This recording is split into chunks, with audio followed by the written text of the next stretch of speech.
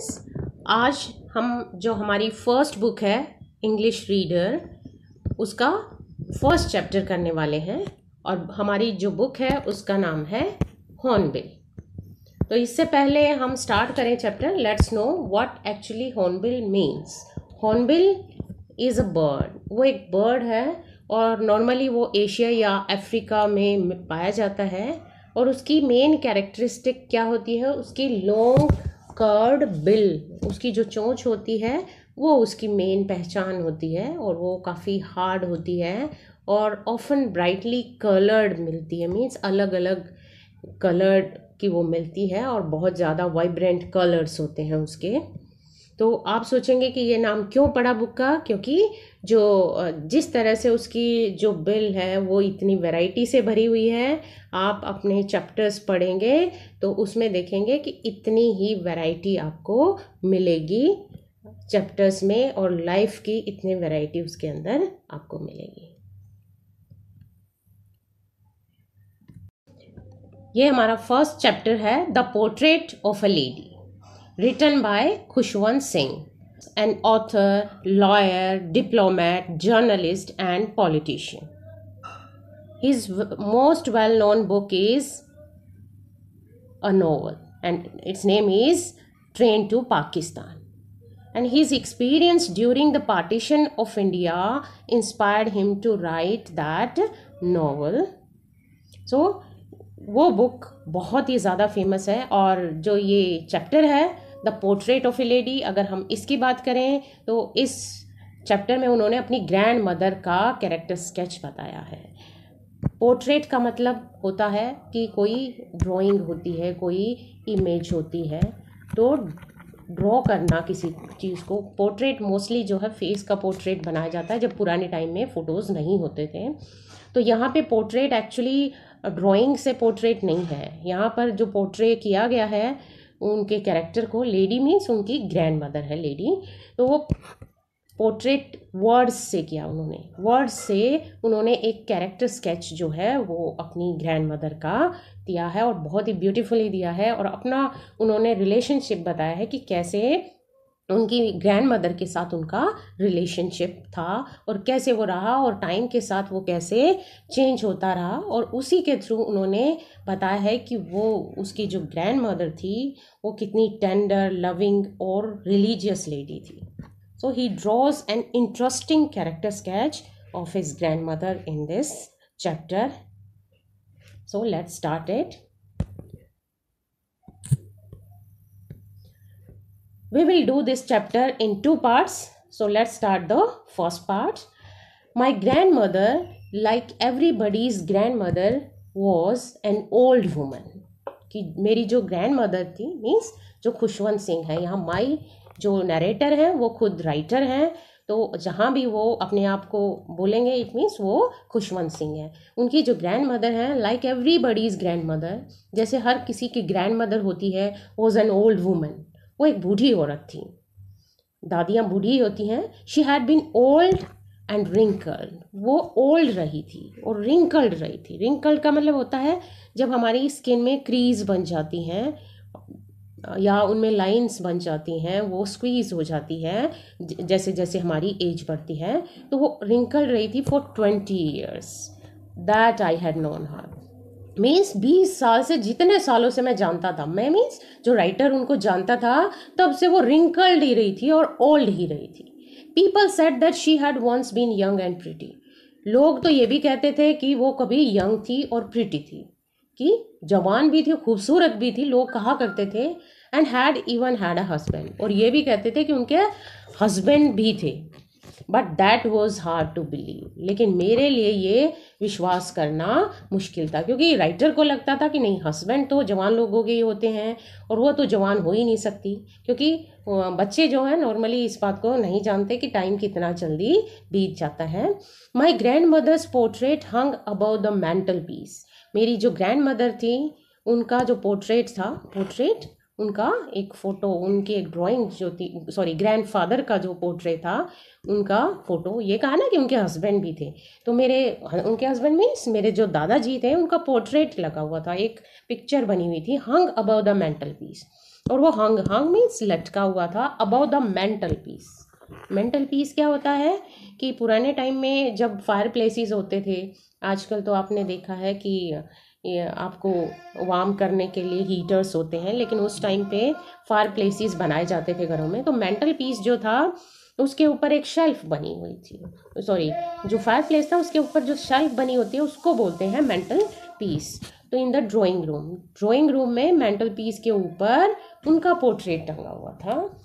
Drawing room means जो मेहमानों का कमरा होता है, मीन्स इसका मतलब वो दादाजी थे तो उनके हस्बैंड थे, लेकिन हमें इस पर यकीन नहीं होता था, खासकर मुझे यकीन नहीं होता था, क्योंकि मुझे ऐसा लगता था कि उनके हस्बैंड नहीं रहे होंगे, क्योंकि वो बूढ़ी हैं तो उनके हस्बैंड होने का सवाल ही नहीं पैदा होता। ही वोर अ बिग टर्बन, वो एक टर्बन पहनते थे, वो टर्बन एक पगड़ी उन्होंने पहनी हुई थी उनके ग्रैंडफादर ने उस पोर्ट्रेट के अंदर, एंड लूज फिटिंग क्लोथ्स, और लूज फिटिंग के ढीली ढाली फिटिंग वाले क्लोथ्स पहने हुए थे उस पोर्ट्रेट के अंदर।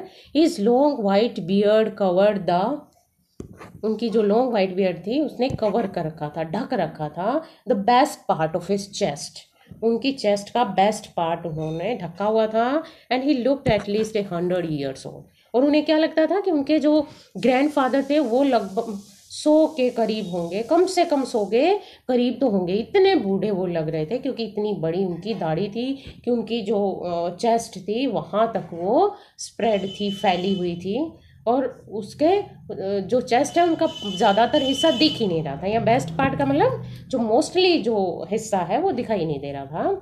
He didn't look the sort of person who could have a wife, कि वो तो ऐसे इस तरह के पर्सन दिख ही नहीं रहे थे कि जिनकी वाइफ हो सकती थी और चिल्ड्रन हो सकता था। मतलब बच्चों को क्या लगता है कि जो दादा दादी होते हैं उनके पोते पोतियाँ ही होते हैं, उनके कोई बच्चे नहीं होते, उन्हें ये भी लगता है कि उनके जो पेरेंट्स होते हैं वो कभी उनके बच्चे रहे ही नहीं होते हैं, तो वो उन्हें बड़ी हंसी आती है जब ये कहा जाता है कि ये मेरा बेटा है। उनके फादर को जब वो बेटा कहते हैं तो उन्हें पता होता है, लेकिन फिर भी यकीन नहीं होता। तो राइटर के साथ भी ऐसा ही होता है कि उन्हें नहीं लग रहा था कि वो इस तरह के आदमी हो सकते हैं कि उनकी कोई वाइफ हो सकती है, कि दादा की कोई वाइफ नहीं होती इतने बूढ़े आदमी की, और ना ही उनके कोई बच्चे होते हैं।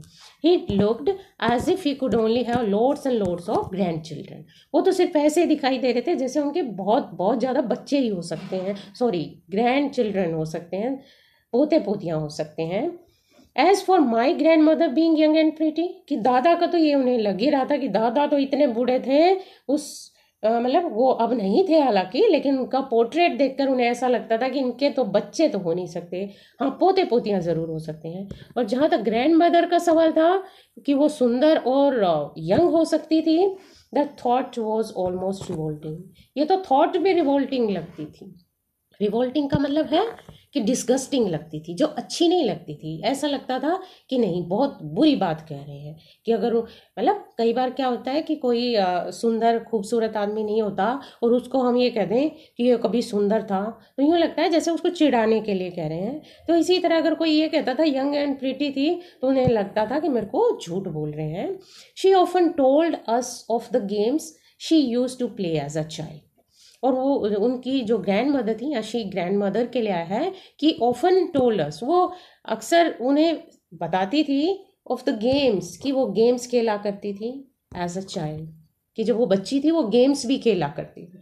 अब दादी जो चल भी नहीं सकती ऐसी दादी हैं और बच्चों को ये कहे कि वो गेम खेला करती थी तो बच्चे को यकीन नहीं आएगा।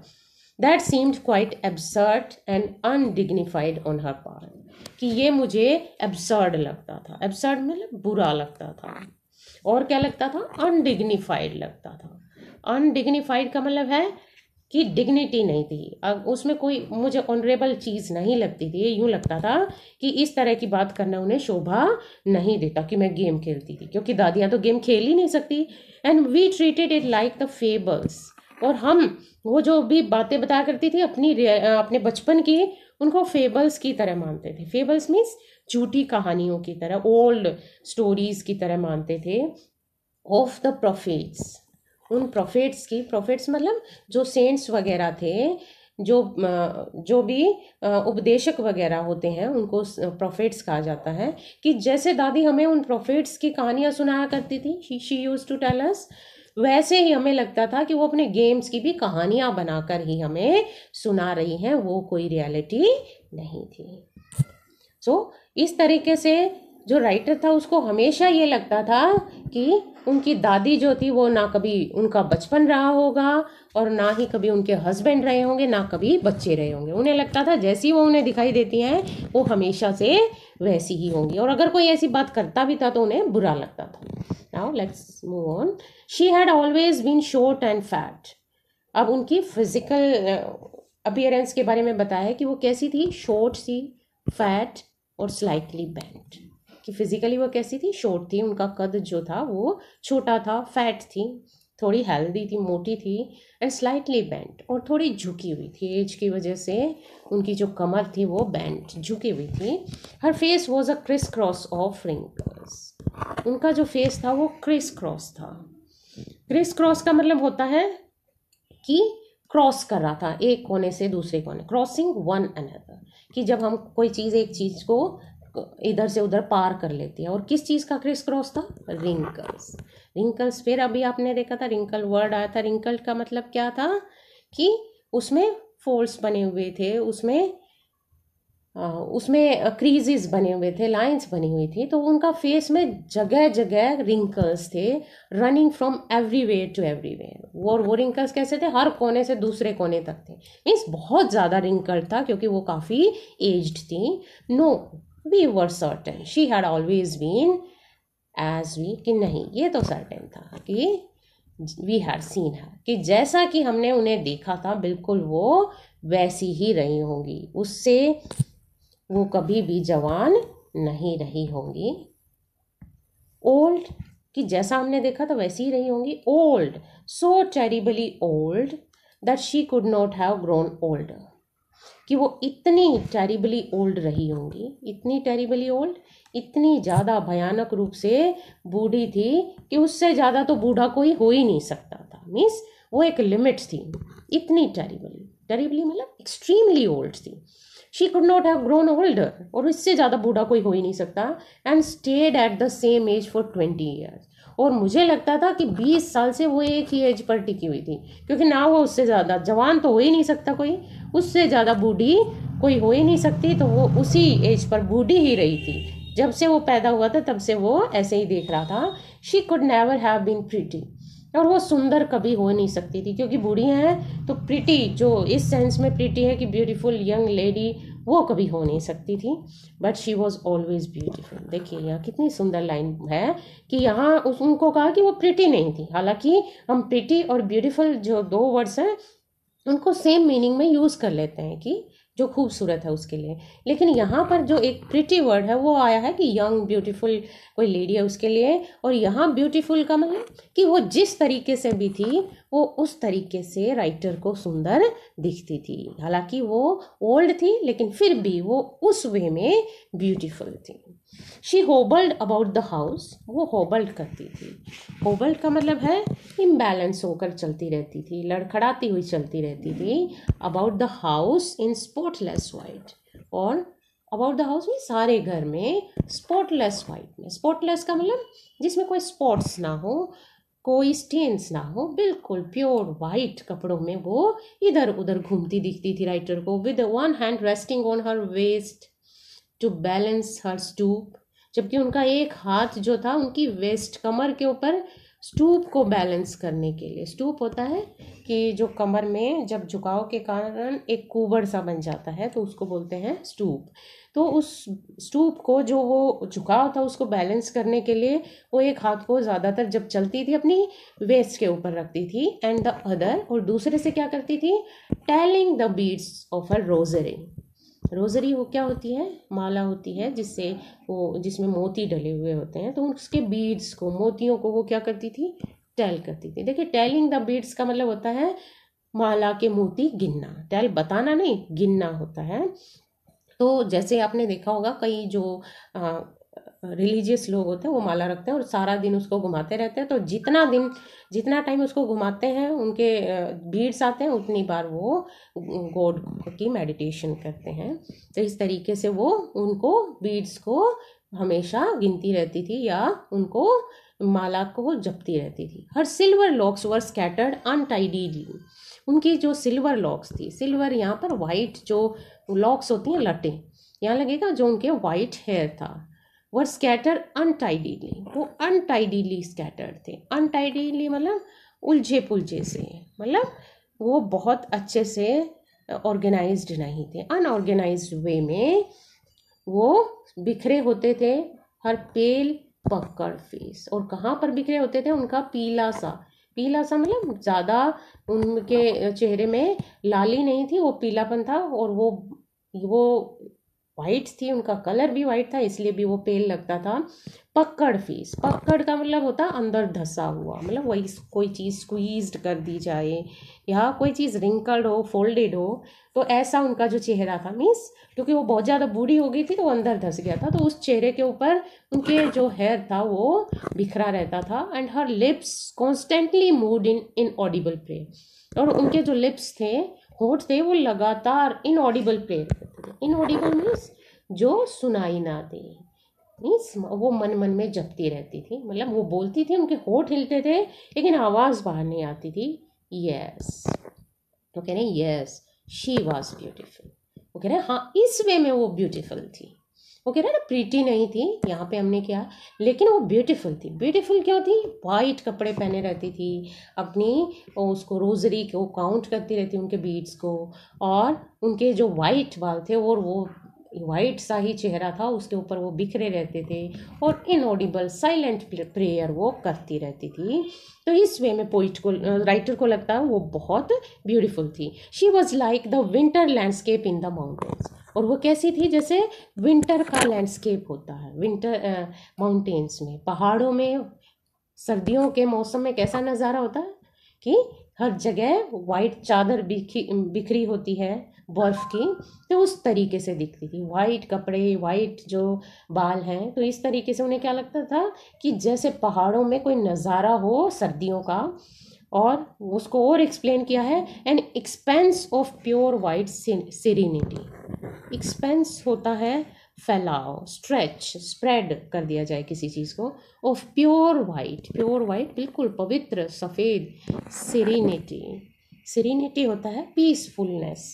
तो ऐसा लगता था उनको देखकर जैसे एक शांति का ही विस्तार हो, प्योर शांति को फैला दिया गया, उनको देखकर ही शांति महसूस होती थी। ब्रीदिंग पीस एंड कंटेंटमेंट, और वो सांस जब लेती थी तो ऐसा लगता है उनकी सांस कैसी थी? पीसफुल थी एंड कंटेंटमेंट से भरी हुई थी। कंटेंटमेंट में सेटिस्फैक्शन से भरी हुई थी। तो इस तरीके से मतलब उनको देखकर बिल्कुल ऐसा लगता था कि लाइफ में उन्हें कोई किसी भी तरह की चिंता नहीं है, वो अपनी लाइफ से पूरी तरह से सेटिस्फाइड थी और वो पूरी पीसफुल थी, किसी भी तरह से वो कोई भी बेकार की आवाज़ नहीं करती थी। So now next move on to the stanza. My grandmother and I were good friends. मेरी दादी और मैं अच्छे दोस्त थे। अब वो अपना रिलेशनशिप बता रहे हैं उनके साथ कि मैं और वो अच्छे दोस्त थे। My parents left me with her when they went to live in the city. कि पेरेंट्स उसको छोड़कर सिटी में चले गए थे। किस लिए? एडजस्ट होने के लिए। वो पहले, उनको जाने से पहले वो खुद एडजस्ट होना चाहते थे, इसलिए वो उसको दादी के पास गांव में छोड़ गए थे। And we were constantly together, और हम दोनों कॉन्स्टेंटली टुगेदर थे। देखिए कॉम्प्रिहेंशन में ये आ जाता है कि वी यहाँ किसको शो कर रहा है, तो किसको रेफर कर रहा है? यहाँ पे दोनों को रेफर कर रहा है। दोनों कौन? एक तो उसकी ग्रैंड मदर और वो जो राइटर है, तो ये आपको ध्यान रखना पड़ेगा। She use to wake me up in the morning, वो मुझे उठाया करती थी मॉर्निंग में, दादी उठाया करती थी क्योंकि नेचुरली वही थी उनके साथ। And get me ready for school, जब वो राइटर बहुत छोटे थे तो वो उसको स्कूल के लिए तैयार करती थी। She said her morning prayer in monotonous sing song, और वो अपनी मॉर्निंग प्रेयर करती थी, सुबह की प्रार्थना करती थी एक मोनोटोनस का मतलब होता है एक जिसमें कोई वैरायटी ना हो, एक ही तरह की, एक ही ढर्रे की सिंग सॉन्ग, एक गीत के थ्रू वो प्रेयर कहती रहती थी। मीन्स जैसे रोज एक ही टाइप की प्रेयर वो बोलती थी और राइटर को वो मोनोटोनस लगता था। While she based and dressed me in the hope, कि जबकि वो ये प्रेयर कब बोलती थी कि जब वो मुझे नहलाती थी, ड्रेसअप करती थी, इन द होप। और क्यों करती थी ऐसा, उसके पीछे उनका एक कारण था। In the hope that I would listen and get to know it by heart, इस आस में, इस उम्मीद में कि मैं उसको सुनूंगा और इसको दिल से याद कर लूँगा। जैसे हम हैबिचुअली किसी को कोई चीज़ याद कराने की कोशिश करते हैं, तो वो ऐसे ही करती थी, जानबूझकर करती थी ताकि राइटर वो सुन ले, क्योंकि वो खुद रिलीजियस थी। तो इसी तरह के विचार वो राइटर के अंदर डालना चाहती थी कि उसे वो प्रेयर याद हो जाए। आई लिसन्ड, कि मैं सुनता था। और क्यों सुनता था? Because I loved her voice, क्योंकि मुझे उनकी आवाज़ पसंद थी। दादी की मीठी आवाज़ होगी वो पसंद थी, but never bothered to learn it. लेकिन कभी पेन नहीं लिया, कभी मैंने इसकी परवाह नहीं की कि मैं इसको सीखूं। मैंने कभी सीखने की परवाह नहीं की। मीन्स याद मुझे नहीं हुआ, हाँ मुझे वो सुनना अच्छा लगता था।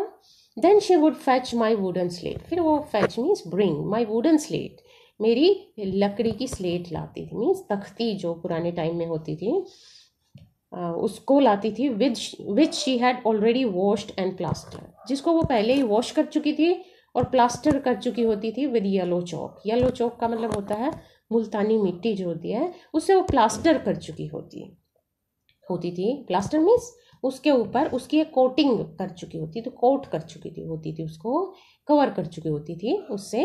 अ टाइनी अर्दन इंक पॉट, और क्या लेकर आती थी? एक छोटा सा मिट्टी का इंक पॉट लेकर आती थी। एंड अ रेड पेन, और एक लाल पेन था वो लेकर आती थी। Tie them in a bundle, उनको एक बंडल में टाई कर देती थी। And hand it to me, और वो मुझे हैंड कर देती थी। देखिए यहाँ हैंड का मतलब वर्ब है, यहाँ हैंड मीन्स पकड़ाना, तो वो वर्ब की तरह आया है, तो वो मुझे हैंड ओवर कर देती थी। After a breakfast of a thick stale chapati, एक ब्रेकफास्ट के बाद, नाश्ते के बाद जो थिक स्टेल चपाती होती थी, नाश्ते में एक मोटी सी बासी शाम की बची हुई रोटी का यूज़ करती थी वो, with a little butter and sugar spread on it, जबकि उसके ऊपर बटर और शुगर उन्होंने स्प्रेड किया होता था। वी वेंट टू स्कूल, और हम स्कूल चले जाते थे। मीन्स एक शाम की रोटी जो होती है वो एक्स्ट्रा बना लेती होगी, और उसी के ऊपर मक्खन और चीनी को स्प्रेड करके वो उसको रोल करके दे देती थी। तो ये नाश्ता करके वो चले जाते थे। She carried several stale chapatis with her, और क्या करती थी वो? कुछ और स्टेल चपाती लेती थी अपने साथ, फॉर द विलेज डॉग, गाँव के कुत्तों को खिलाने के लिए वो और भी स्टेल चपातीज का यूज़ करती थी। अब वो आगे बताते हैं कि फिर क्या करते थे वो, उनका रूटीन बता रहे हैं कि गांव में रूटीन क्या था। My grand mother always went to school with me, कि मेरी जो दादी थी वो हमेशा मेरे साथ स्कूल जाती थी। क्यों जाती थी? Because the school was attach to the temple, क्योंकि स्कूल जो था टेम्पल से अटैच था। अटैच का मतलब एडजेसेंट था, उससे साथ लगता था, और वो हमेशा स्कूल जाती थी उसके साथ, क्योंकि वो मंदिर जाना चाहती होगी और उसको स्कूल में छोड़ देती होगी। तो priest taught us the alphabet, देखिए यहाँ बताया कि प्रिस्ट ही उनको अल्फ़ाबेट सिखाता था। तो ये बहुत छोटा सा ऐसे ही टेम्परेरी सा स्कूल उसने खोला हुआ होगा। एंड द मॉर्निंग प्रेयर, और वही उन्हें सुबह की जो प्रेयर थी वो कराता था। वाइल द चिल्ड्रन सेट इन रोज, और कैसे कराता था कि बच्चे जो है रोज लाइनें बनाकर आइदर साइड ऑफ बरांडा, वरांडा के दोनों साइड खड़े बैठ जाते थे। सिंगिंग द अल्फ़ाबेट्स को गाते हुए बैठ जाते थे। मीन्स बार बार उनके रट्टे लगाते थे। आपको पता है छोटे बच्चों को बार बार रेपिटिशन कराया जाता है। और the prayer in a chorus, या फिर जब वो प्रेयर कराते थे तो कोरस में, कोरस का मतलब ग्रुप में वो प्रेयर को बुलवाते थे।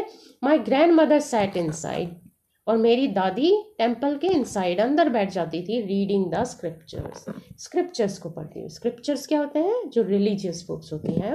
When we had both finished, जब हम दोनों फिनिश कर जाते थे, मीन्स हम दोनों का काम खत्म हो जाता था, मीन्स मेरी पढ़ाई और उनके जो स्क्रिप्चर्स पढ़ना है, we would walk back home together. तो हम क्या करते थे? वापस घर आ जाते थे, इकट्ठे आ जाते थे, इकट्ठे ही this time the village dogs would meet us at the temple. और अब जब वो वापस आते थे तो वो जो स्टेल चपाती किस लिए लेकर जाती थी, कुत्तों के लिए। तो अब विलेज के डॉग्स थे, उन्हें टेम्पल के डोर पर ही मिलते थे, क्योंकि रूटीन का काम था। तो डॉग्स को भी पता था कि उन्हें अब चपातीस मिलने वाली हैं। They followed us to our home. वो हमें घर तक हमारा पीछा करते थे। ग्राउलिंग, ग्राउलिंग मतलब वो ग्रॉल करते हुए, साउंड्स करते हुए, ग्नाल करते हुए, and fighting with each other, और एक दूसरे से लड़ते हुए for the chapatis we threw to them. और क्यों वो ग्रॉलिंग करते थे? क्योंकि वो एक दूसरे से उन रोटियों के लिए लड़ते थे जो हम उनको फेंकते हुए आते थे, उनको देते हुए आते थे। नाउ अब क्या चेंज आता है, देखिए ये तो उनका लाइफ थी कि वो गांव में उनके कैसे रिलेशन थे, वो दादी के साथ कैसे रहता था। अब क्या हुआ, यहाँ तक उनका रूटीन था कि गांव में ये था। अब when my parents were comfortably settled in the city, और जब मेरे पेरेंट्स सेटल हो गए सिटी में, सेटल मीन्स अच्छे से उन्होंने सेट कर लिया अपना सब कुछ, दे सेंट फॉर अस, उन्होंने हमें सेंट फॉर का मतलब होता है बुलाना, सेंट का मतलब तो भेजना होता है, एक फ्रेजल वर्ब है जिसका मतलब होता है सेंट फॉर, मतलब बुलाना, बुलावा भेजना। उन्होंने हमें बुलाया। That was a turning point in our relationship, और ये हमारी रिलेशनशिप में टर्निंग पॉइंट था। टर्निंग पॉइंट का मतलब एक क्रॉस रोड था जहाँ से हमारी लाइफ थोड़ा सा चेंज होने वाली थी। तो टर्निंग पॉइंट वो होता है जो एक डिसीजिव पॉइंट होता है कहीं पर। तो ये किस में टर्निंग पॉइंट था? हमारी फ्रेंडशिप में, कि जो हमारी फ्रेंडशिप गांव में थी उसमें थोड़ा चेंज होने वाला था। ये हमें अभी पता लगेगा। ऑल अब क्या चेंज हुआ? Although we share the same room, कि हम सेम रूम में रहते थे, मेरी दादी और मेरा शहर में भी सिटी में भी सेम ही रूम था।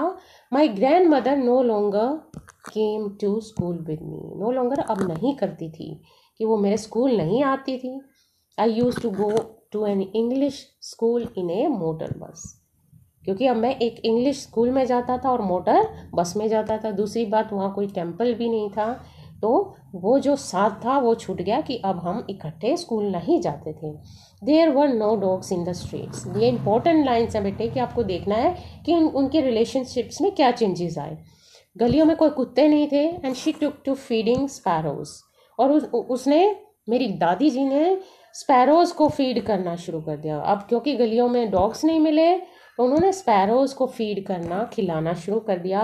और कहाँ पर? In the courtyard of our city house, हमारे शहर के घर का जो आंगन था उसमें अब उन्होंने स्पैरोज को फीड करना शुरू कर दिया। मतलब उन्होंने अपना जो ये रूटीन था ये नहीं छोड़ा। अगर उन्हें डॉग्स नहीं मिले तो उन्होंने स्पैरोज को खिलाना शुरू कर दिया। As the years rolled by, और जैसे ये साल गुजरते गए, we saw less of each other, तो हम एक दूसरे से कम मिलते गए, हम एक दूसरे को कम देखते गए। क्यों? क्योंकि दादी जो थी वो अब मेरे साथ ज़्यादा टाइम नहीं बिता पाती थी, और राइटर के ऊपर जो था बर्डन भी ज़्यादा हो गया होगा पढ़ाई का। For some time she continue to wake me up, कि शहर में आने के थोड़े टाइम तक तो वो मुझे जगाने का काम करती रही, कंटिन्यू करती रही। And get me ready for school, फिर वो मुझे स्कूल के लिए भी तैयार करती रही। व्हेन आई केम बैक, जब मैं स्कूल से वापस आता था, she would ask me what the teacher had taught me, कि वो मेरे से पूछती थी कि टीचर ने क्या पढ़ाया है, मुझे क्या पढ़ाया था, ये वो पूछती थी। I would tell her English words, मैं उन्हें इंग्लिश के जो वर्ड्स थे वो बताता था कि क्या इंग्लिश वर्ड्स सीखे। And little things of western science, और वेस्टर्न क्यों कह रहे हैं? क्योंकि साइंस जो है वेस्टर्न कंट्रीज़ में ज़्यादा डेवलप हुई थी, तो यूँ लगता था कोई भी साइंस से रिलेटेड चीज़ थी तो वो वेस्टर्न थी। तो वेस्टर्न साइंस की, विज्ञान की चीज़ें जो है सिखाई जाती थी। एंड लर्निंग, और ये मैं दादी को बताता था, और जो भी लर्निंग होती थी वहाँ पे। और क्या? द लॉ ऑफ ग्रेविटी, कि ग्रेविटी का जो लॉ था, ग्रेविटी होती है कि जैसे अर्थ की जो अट्रैक्टिंग फोर्स होती है, अट्रैक्ट करने की, तो उसको ग्रेविटी के बारे में बताया जाता था।